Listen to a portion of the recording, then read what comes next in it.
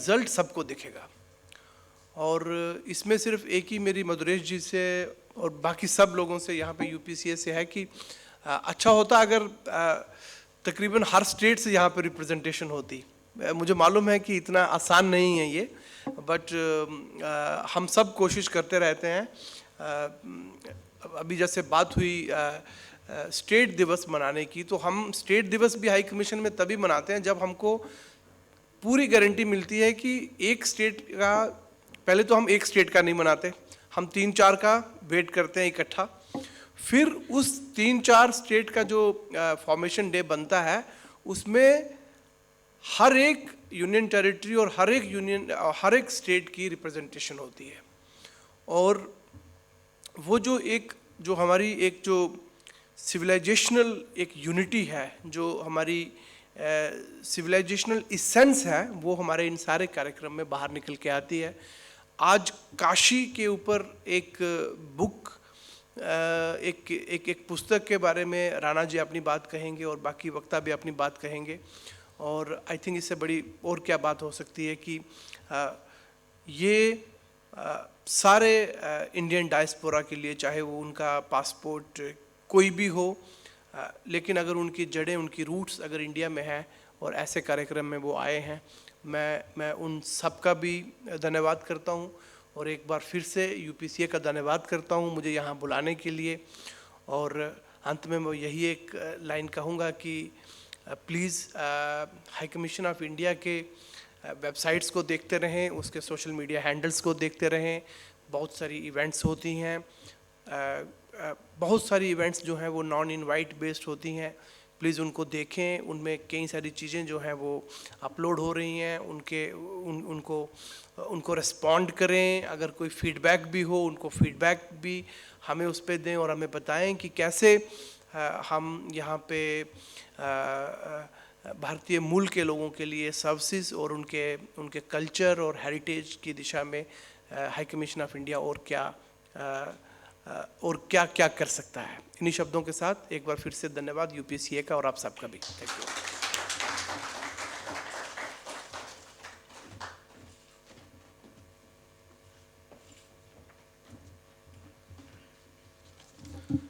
अब हम लोग एक बहुत छोटी सी फिल्म काशी पे डॉक्टर विजय राणा द्वारा ही बनी हुई प्ले करने जा रहे हैं। आशा है आप लोग इसको एंजॉय करेंगे।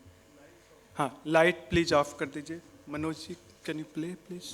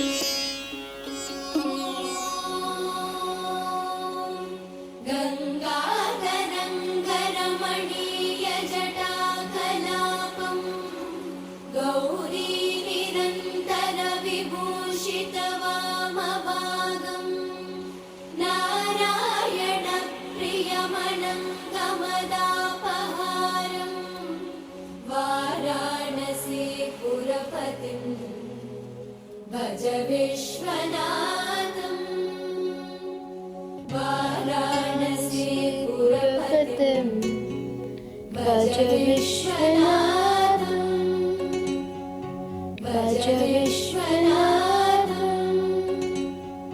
भज विश्वनाथं।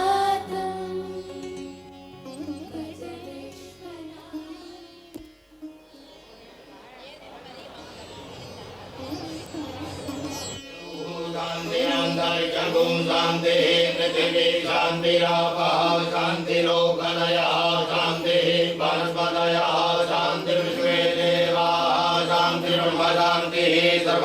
शान्तिः शान्तिरेव शान्तिः सामा शान्तिरेधि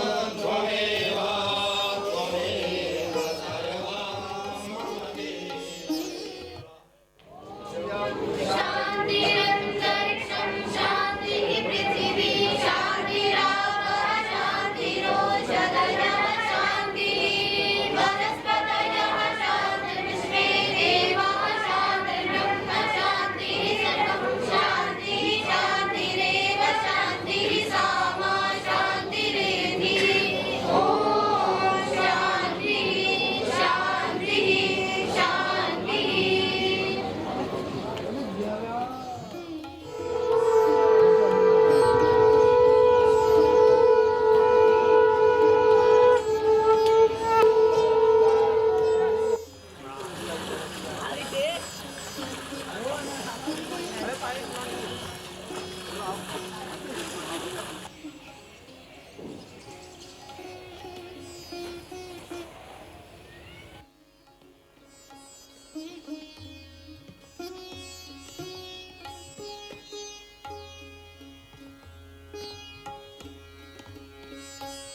गंगा मैया को प्रणाम करिएगा। गंगा गंगेति जो प्रियाति योजना नाम सदैर्पि मुचते सर्व पापिभ्यो गंगा गंगेति जो प्रियाति योजना नाम सतैर्पि मुचते सर्व पापिभ्यो विष्णु लोकस्य गच्छति। गंगा गंगा जो कहता है, गंगा का नाम लेता है, उसका सब पाप नष्ट हो जाता है।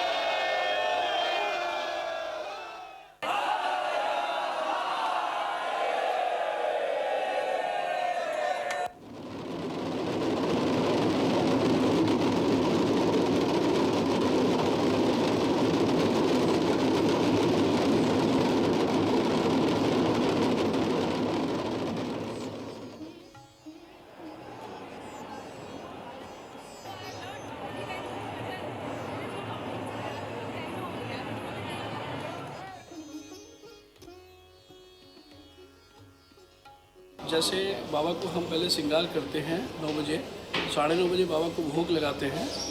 भोग लगाने के बाद जैसे हम लोग सोते हैं वैसे बाबा के लिए भी हम यहाँ पे सैया बनाते हैं। बाबा की चांदी की आपने देखी कि वहाँ पलंग बिछी हुई है, अंदर बाबा के पूरे बिस्तर बिछे हुए हैं। बाबा को रात को प्यास लगे उसके लिए पानी रखा हुआ है, खड़ाऊ रखी हुई है। ऐसा हम लोग मानते हैं कि बाबा को इसके आरती के साथ हम बाबा को सुलाने की प्रक्रिया करते हैं, फिर बाबा हमारे सोने चले जाते हैं।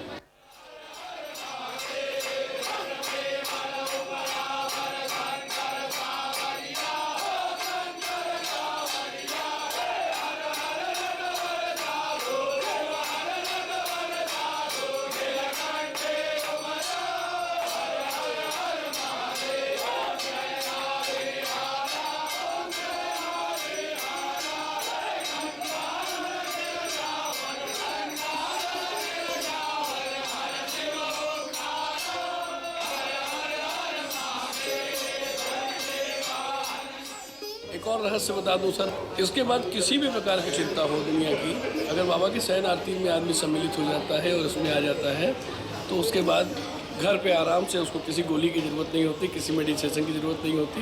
वो आराम से जाके सो सकता है और सुबह फिर उसी स्फूर्ति के साथ उठ सकता है। ये हमारी बाबा की आरती का चमत्कार है।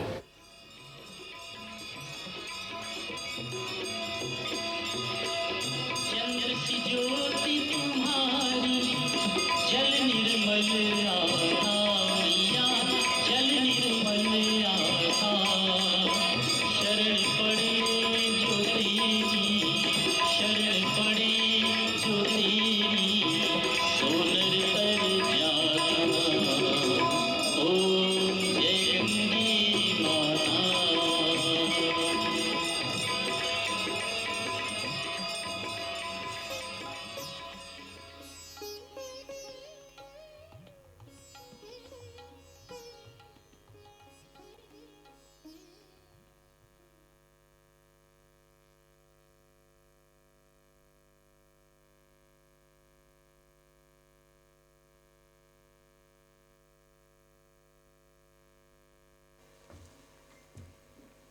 Thank you, Manoj ji, and hope everyone must have enjoyed the short movie.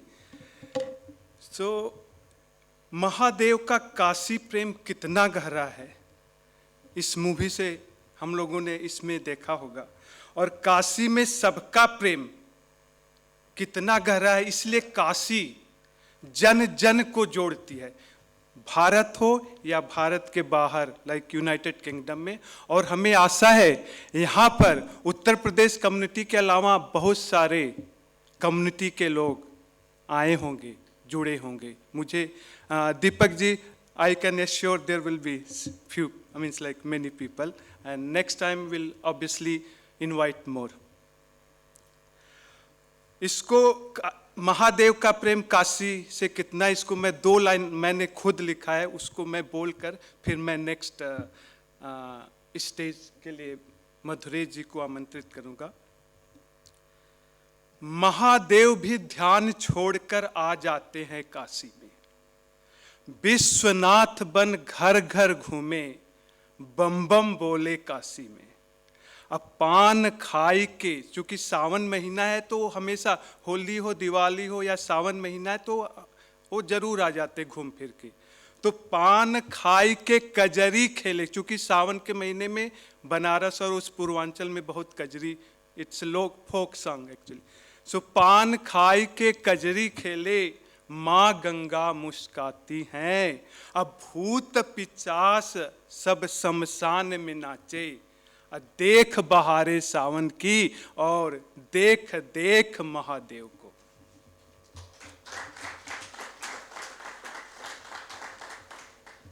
आप सभी जानते हैं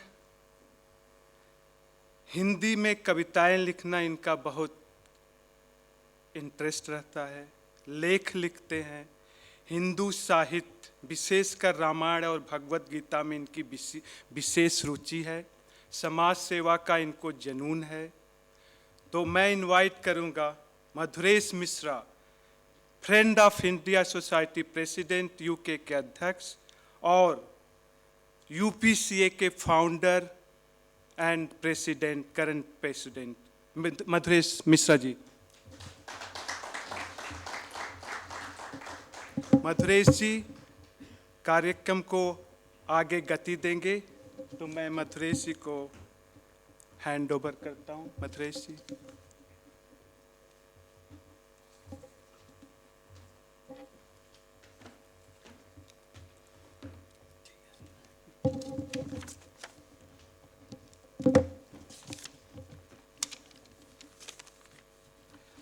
नमस्ते आप सभी को और बहुत बहुत स्वागत है। धन्यवाद संतोष जी। संतोष जी स्वयं काशी के हैं, तो उनसे अच्छा संचालक और कोई हो नहीं सकता। और इस कार्यक्रम को आगे बढ़ाने के लिए एक विजय राणा जी का सूक्ष्म परिचय, उसके बाद हम विजय राणा जी के साथ कुछ प्रश्न और उत्तर में जाएंगे। फिर आपको भी मौका मिलेगा, आप उनसे डायरेक्टली प्रश्न भी पूछ सकते हैं। डॉक्टर विजय राणा जी वरिष्ठ पत्रकार, शिक्षा से इतिहासकार, पेशे से पत्रकार और शौक से फिल्मकार हैं। 1982 में इलाहाबाद विश्वविद्यालय, अभी आप प्रयागराज विश्वविद्यालय बोल सकते हैं, उसका फॉर्मल नॉमिनेशन हो जाएगा, भारत के विभाजन से संबंधित विषय पर उन्होंने पीएचडी किया है। और उसको करने के बाद विजय जी लंदन में बीबीसी हिंदी सेवा में पत्रकारिता आरंभ किए और 2 दशक से ज़्यादा काम करने के बाद रेडियो संपादक के पद पे रहे और फिर से उन्होंने स्वैच्छिक अवकाश लिया। उसके बाद अवकाश लेने के बाद वह निरंतर स्वतंत्र लेखन करते रहे। आजकल वह indiabriefing.com का संपादन करते हैं, जो एक वेबसाइट है। यह एक ऐसी वेबसाइट है जहां भारत से संबंधित जटिल मुद्दों की व्याख्या और उसके साथ साथ भारत के इतिहास और संस्कृति की रोचक चर्चा भी होती है।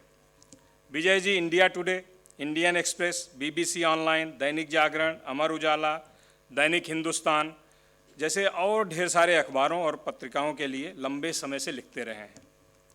2012 में भारत सरकार ने जोहानिसबर्ग में आयोजित 9th विश्व हिंदी सम्मेलन में हिंदी पत्रकारिता में विजय जी के योगदान के लिए उन्हें सम्मानित किया। डॉक्टर विजय राणा भारत और ब्रिटेन के, हाँ एक बार जोर से ताली अगर बज रही है तो और जोर से हो जाए। विजय जी भारत और ब्रिटेन के सामाजिक सरोकारों से जुड़े रहे हैं। जन स्वास्थ्य भी उनकी रुचि का विषय रहा है। ब्रिटेन में बसे भारतीय समाज के लिए उन्होंने 11 वर्षों तक हेल्थ और हैप्पीनेस फॉर यू नामक एक मुफ्त पत्रिका का संपादन और प्रकाशन किया है। हेल्थ और हैप्पीनेस अभियान के लिए उन्होंने पॉजिटिव साइकोलॉजी का विशेष अध्ययन किया और भारत के युवाओं में सकारात्मक सोच को बढ़ाने का अभियान चलाया। अब तक वो बनारस हिंदू विश्वविद्यालय, जम्मू केंद्रीय विद्यालय, देवी अहिल्या विश्वविद्यालय इंदौर और ढेर सारे इस टाइप से शैक्षणिक संस्थानों में व्याख्यान दे चुके हैं।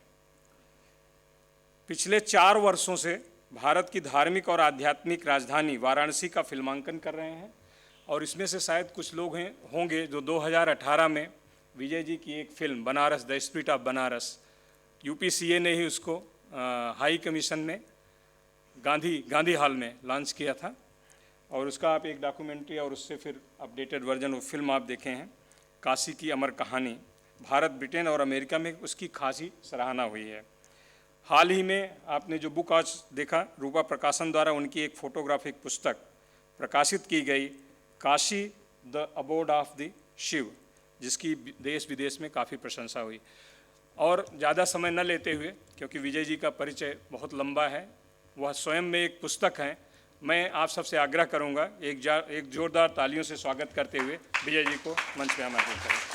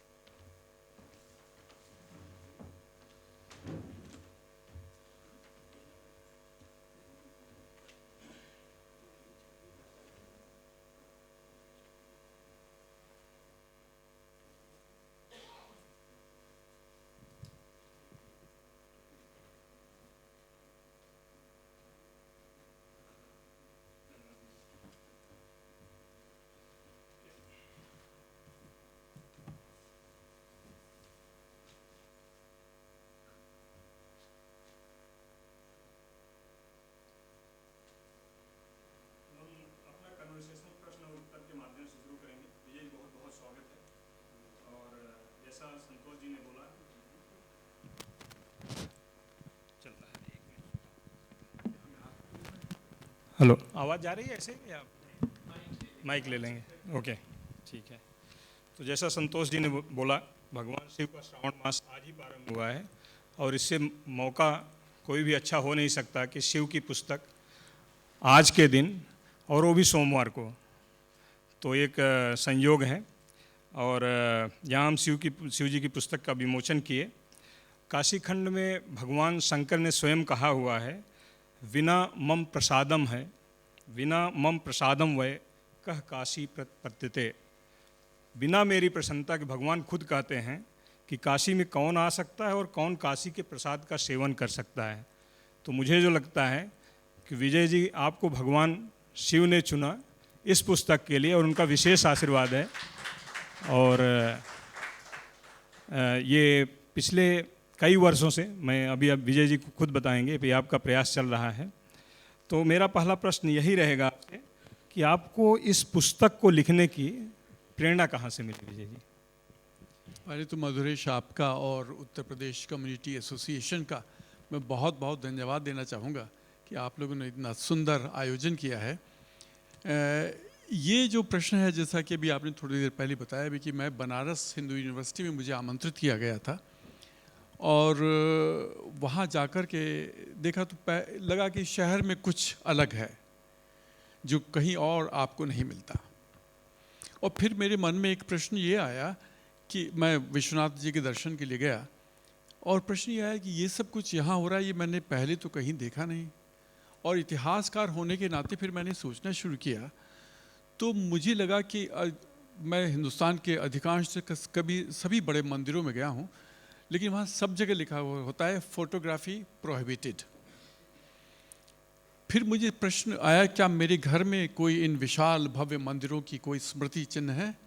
कोई नहीं थे। फिर मैंने सोचा कि मेरे घर में इजिप्ट की मस्जिदों, टर्की की मस्जिदों के फ़ोटोग्राफ्स हैं, इटली के चर्चेस के फ़ोटोग्राफ्स हैं, वहाँ होने वाले जो उपक्रम हैं उनके फ़ोटोग्राफ्स हैं। तो मैं अपने बच्चों को और ग्रैंड चिल्ड्रन को इजिप्ट और टर्की या रोम और वेनिस के चर्चेस तो दिखा सकता हूँ, लेकिन अपने भारतीय मंदिर नहीं दिखा सकता। और फिर मैंने लोगों को परसुएट करने की कोशिश की। मुझे बनारस के पहले ट्रिप में बताया गया, आप कुछ भी कर लीजिए। वो एक फिल्म मेकर ही थे जो बनारस के, बहुत सुंदर उन्होंने डॉक्यूमेंट्री बनाई है।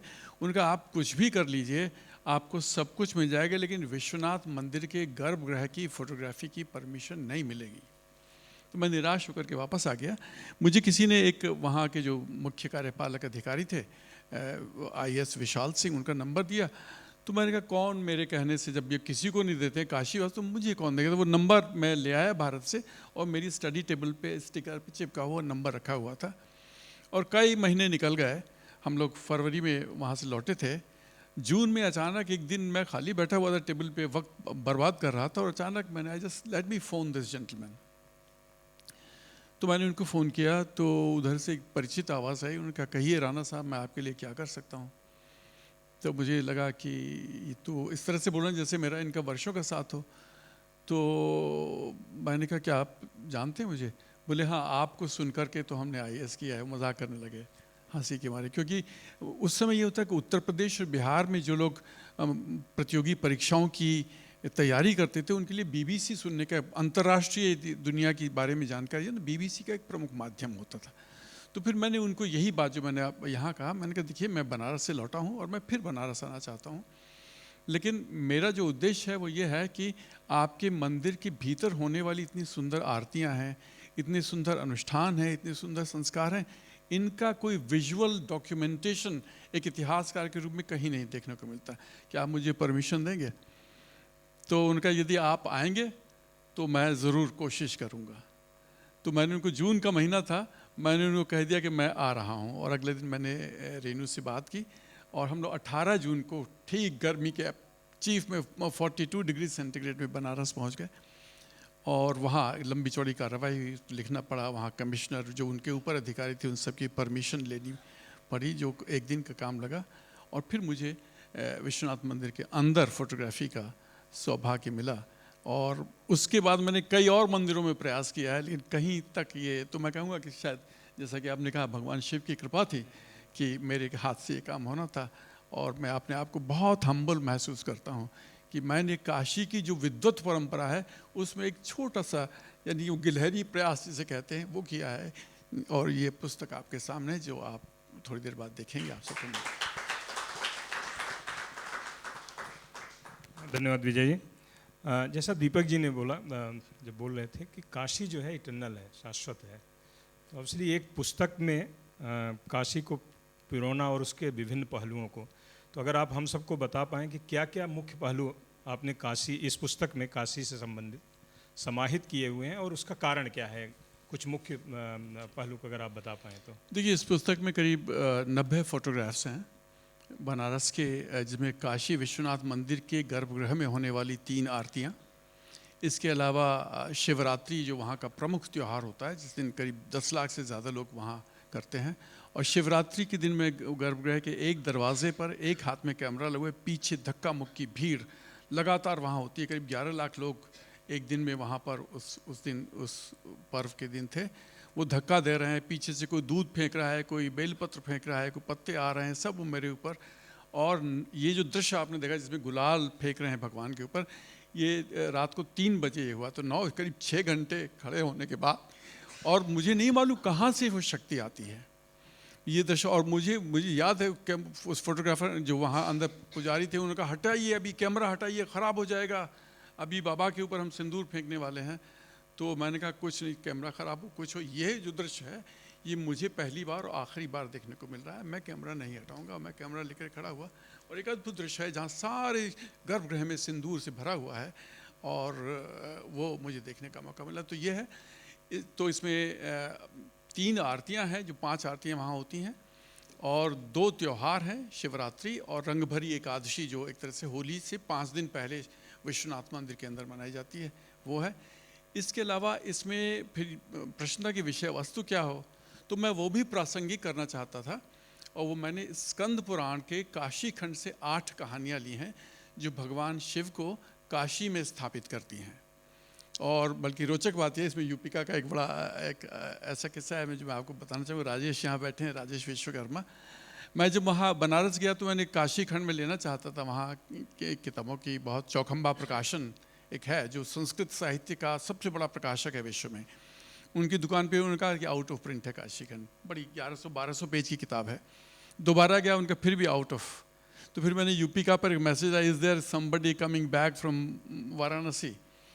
तो तभी राजेश जी का वहाँ से मेरे पास मैसेज आया कि मैं बनारस में, बताइए क्या कर सकता हूँ। मैंने कहा आप चौखंबा प्रकाशन जाइए और वहाँ से मेरे लिए काशी खंड, क्योंकि मुझे किसी ने बताया कि अब उपलब्ध है, तो वो लेकर के आया। और काशी खंड अद्भुत किताब है।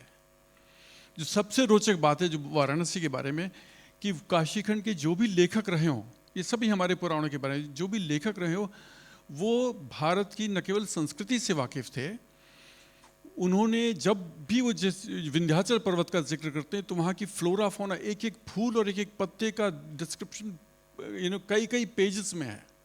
और उसके उन फूल पत्ते वो कहाँ गए, क्या हुआ, उनका कोई अंग्रेजी अनुवाद नहीं मिलता।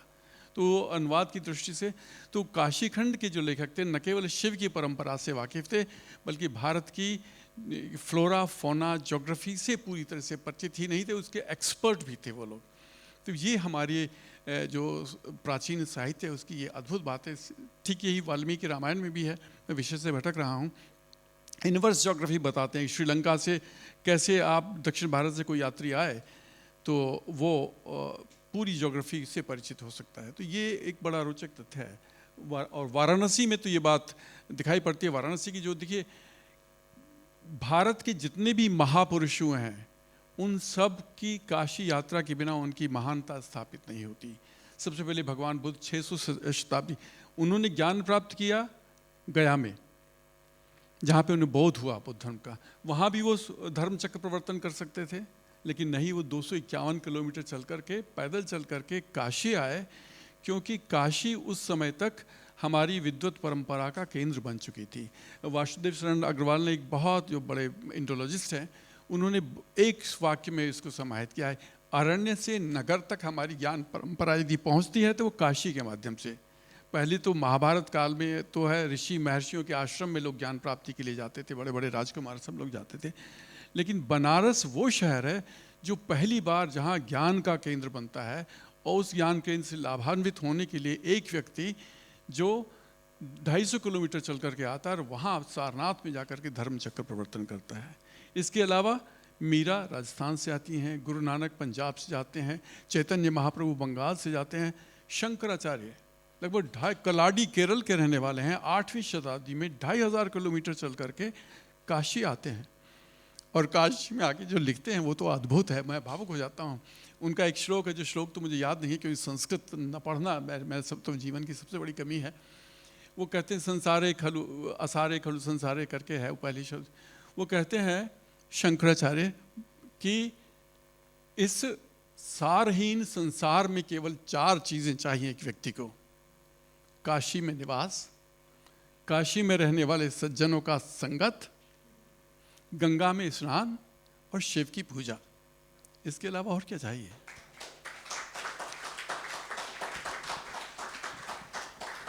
धन्यवाद विजय जी। तो मैं पुस्तक का अगले प्रश्न पहले, एक उत्तर प्रदेश का जो संगठन है, हम लोग बोलते हैं हम परिवार हैं, जैसा आप बोले एक मैसेज डालेंगे, आज भी ऐसा होता है, एक मैसेज डालेंगे। और सबसे बड़ी बात क्या है, राजेश जी जो हमारा कोर टीम उसके सदस्य हैं और ये बात अभी हमें पता चल रही है। तो ये होता है सेल्फलेस सर्विस का। और अभी जो है राजेश जी यहाँ बैठे हुए हैं और ये भी इस पुस्तक के भागी बन गए हैं। राजेश जी भी बहुत बहुत धन्यवाद राजेश जी का। और ऐसा अक्सर होता है, एक मैसेज आएगा 5 लोग चेक करते हैं सहायता मिल गई कि नहीं। So that's what we need to do as a community selfless service. आपने काशी खंड का, तो काशी खंड में एक भगवान अगर खुद कहते हैं, शिवम ज्ञानम इत वयु शिव शब्दार्थ चिंतिका। शिव शब्द का चिंतन करने वाले लोग शिव को ही ज्ञान कहते हैं। और मेरा अगला प्रश्न इसी पे ही है, काशी का जैसा इस बुक में द अबोर्ड ऑफ शिवा, तो शिव का निवास क्यों कहते हैं काशी को, अगर आप इसको संक्षिप्त में। बड़ी इसकी बहुत कहानियाँ हैं और जो सबसे मेरी जो पसंदीदा कहानी है वो ये है कि भगवान शिव तो कैलाश उनका निवास स्थान है। पार्वती को बहुत कोशिश की कि ये तो भोले भंडारी हैं, अजीब गरीब लोगों के बीच, भूत पिशाचों के बीच में रहते हैं, क्यों तुम शादी करना। सप्तऋषि वहाँ गए, उनको डिस्वेड किया, लेकिन पार्वती ने नहीं कहा कि यदि वरण करना है तो शिव का करना है। शादी हो जाती है। अब उसके बाद शमशान में भूत पिशाचों के साथ, नंदी जानवरों के साथ, गणों के साथ, अजीब गरीब, वहाँ तो नहीं रह सकती थी नवविवाहिता युवती।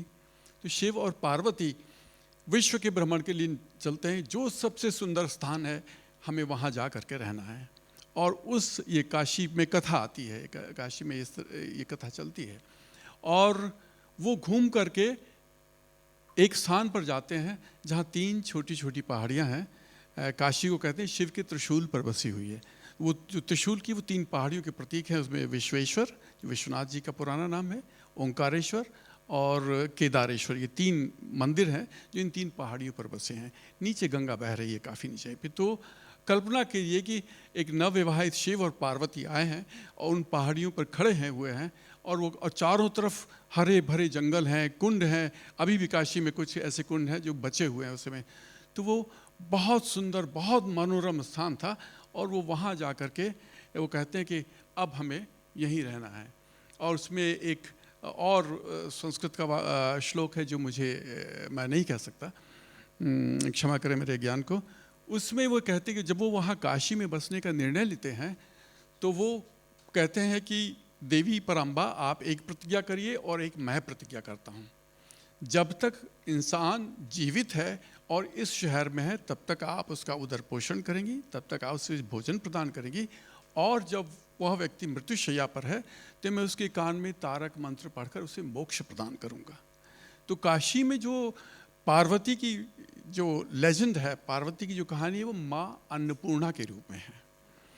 काशी में कोई व्यक्ति भूखा नहीं रहता, ये वहाँ की परंपरा है। आज भी वहाँ पर कहना चाहिए कि एक मंदिर है जिसके चित्र यहाँ पर हैं। वहाँ पर कोई भी दिन भर वहाँ खिचड़ी बनती है, कोई भी व्यक्ति पेट भर करके वहाँ खा सकता है। और इसकी भी बहुत सारी कहानियाँ हैं। दूसरी कहानी जो है वो मणिकर्णिका की है, संक्षेप में मैं बताऊँगा कि संभवतः काशी पहले विष्णु पीठ था, तो वहाँ विष्णु जी ने 55,000 साल तपस्या की, जो काशी खंड में ये कहानी इसमें भी है। और उस तपस्या के बाद शिव की वो आराधना कर रहे हैं। शिव वहाँ पहुँचते हैं, अब कहते हैं क्या आपको चाहिए, क्या मांग रहे हैं आप, बोलो मैं आपको वरदान देता हूँ। तो उन्होंने कहा कि ठीक है, आप मुझे वरदान देते हैं तो मेरी तपस्या का फल यही होगा कि आप यहीं बस जाइए।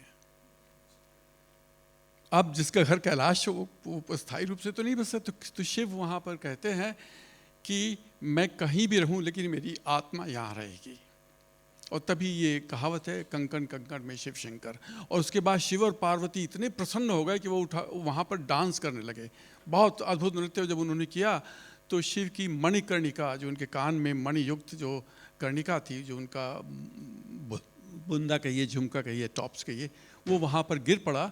और वो जो स्थान है मणिकर्णिका, वो काशी के पवित्र, काशी में भी सबसे पवित्र जगह यदि कोई है तो मणिकर्णिका है, जो बाद में वहाँ घाट है जहाँ पर लोग अंतिम यात्रा के लिए जाते हैं।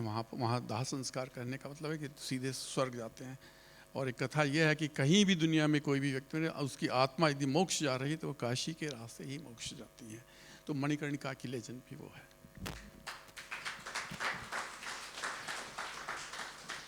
बहुत धन्यवाद विजय जी। बहुत कुछ, मैं प्रयागराज से हूँ, लग रहा है कि अगले जन्म में काशी में ही जन्म मिले। तो एक अगला प्रश्न, जैसे काशी का ऐसा है कि केवल हिंदू धर्म या भारतीयता से नहीं, तो सांस्कृतिक या इतिहास पर्सपेक्टिव, सांस्कृतिक इतिहास के हिसाब से काशी का जो एक दो जो महत्वपूर्ण पहलू, अगर उसको बता सकें, क्या महत्व है सांस्कृतिक इतिहास में काशी का? देखिए, एक तो मैंने अभी थोड़ी देर पहले कहा कि काशी जो हमारी हिंदू परंपरा है उसके संस्थापक नगरों में से एक है। ये ठीक है कि 12 ज्योतिर्लिंग हैं और भी हमारे बड़े बड़े ज्योतिष पीठ हैं, पुरी है, द्वारिका है, 4 धाम है, लेकिन जो ऐतिहासिक दृष्टि से हम देखें तो करीब 800 ईसा पूर्व तक के तो आर्कियोलॉजिकल प्रमाण हमें मिल चुके हैं काशी में। तो एक तो ये है। दूसरी, ज्ञान परंपरा का मुख्य केंद्र है। किसी की भी आध्यात्मिक प्यास जब तक नहीं भूलती, भारत के कितने भी बड़े संत क्यों हो, जब तक कि वो काशी ना एक बार हुआ है जीवन में। तो ये है महत्वपूर्ण बात। यह है कि जो जहाँ तक इतिहास के बाद एक तो शिव की परंपरा आती है, वहाँ पे चलती है।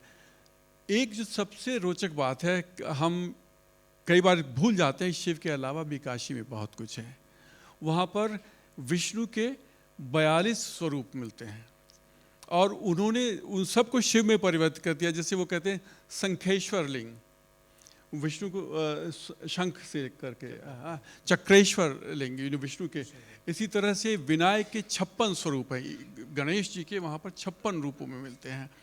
काशी का जो दूसरा बड़ा, इसके अलावा हनुमान जी का बहुत बड़ा केंद्र है, संकट मोचन मंदिर है वहाँ पर।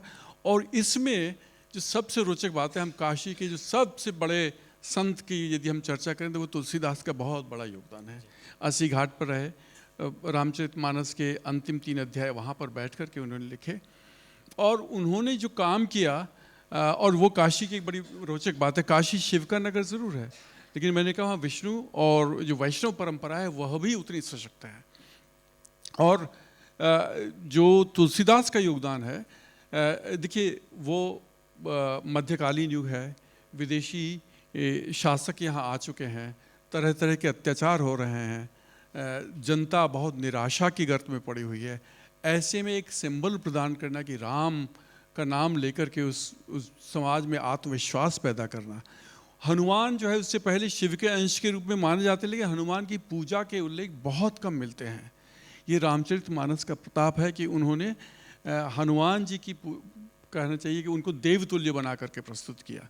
और उसके बाद हनुमान जी की उपासना की पद्धति बहुत सशक्त रूप से उत्तर भारत में उभरती है।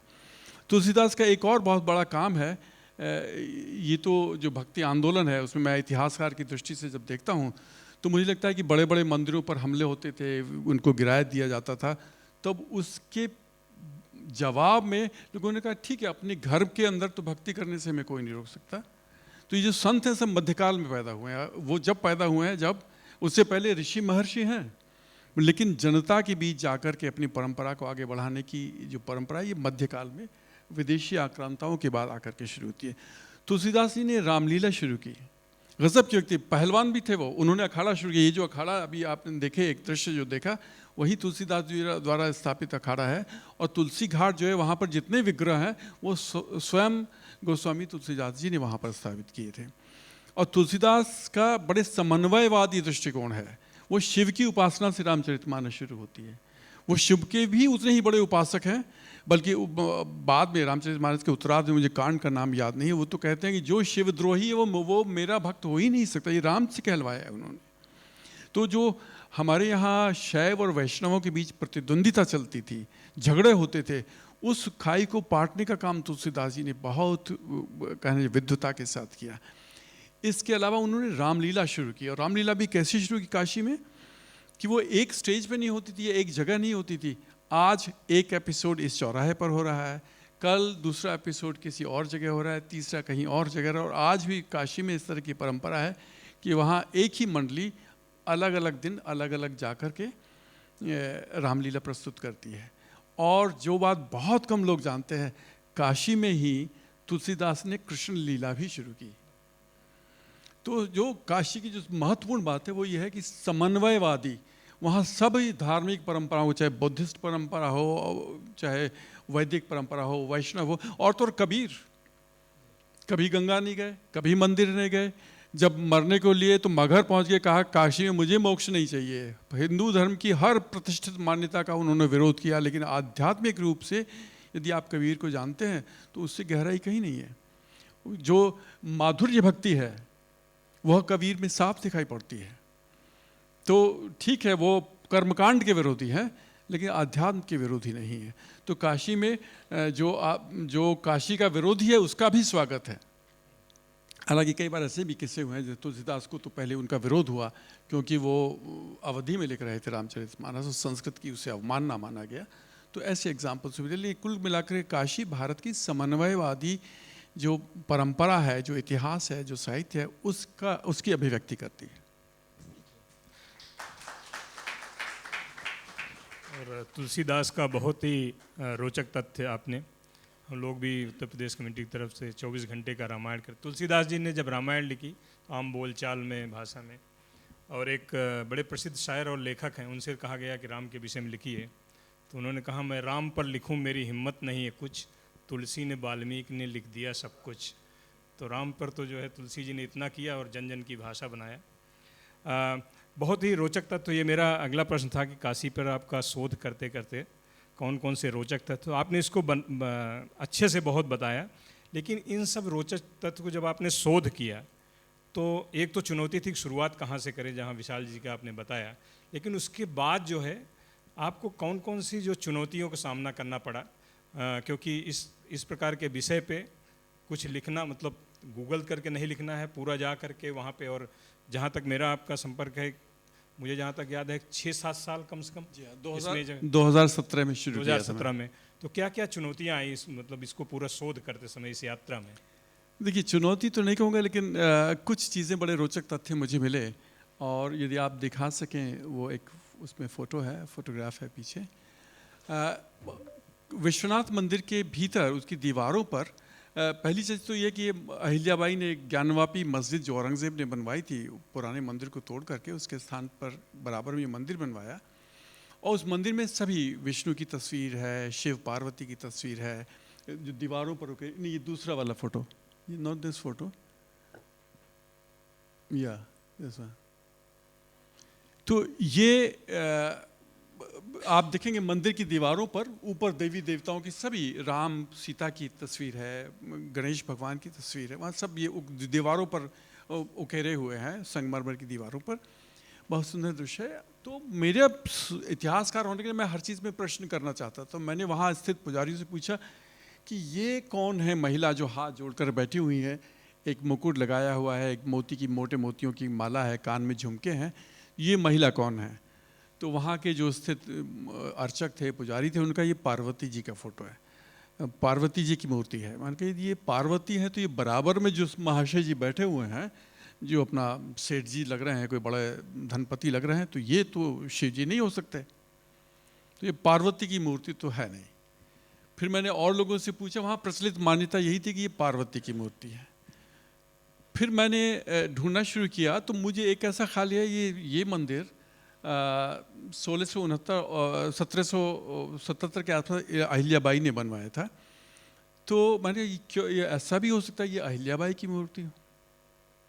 और बराबर में जो उनके पितातुल्य ससुर थे मल्हार राव होलकर, ये संभवतः उनका हो सकता लग रहे हैं मतलब ग्रैंड रॉयल पर्सन कोई है। फिर मैंने मल्हार राव होलकर की पुरानी पेंटिंग मुझे मिली, उसमें भी उनकी यही मोटी मूछें हैं, तौन निकली हुई है, एक बड़े भारी भरकम शरीर वाले व्यक्ति हैं। तो फिर मैंने वहाँ काशी के और विद्वानों से चर्चा करनी शुरू की, तो बोले कि ठीक है हम मंदिर जाते रहे जीवन भर हम, लेकिन हमने इस प्रश्न पर कभी विचार नहीं किया। और मैंने कहा तो बताइए, मेरी ये अनुमान है, कोई ऐसा ठोस प्रमाण तो नहीं है। तो बोले ये करीब करीब सभी वहाँ के जो काशी के वरिष्ठ विद्वान हैं, प्रोफेसर राणा पी.बी. सिंह महंत जी हैं वहाँ संकट मोचन मंदिर के, विश्वम्भर नाथ मिश्रा जी, उन्होंने कहा आपकी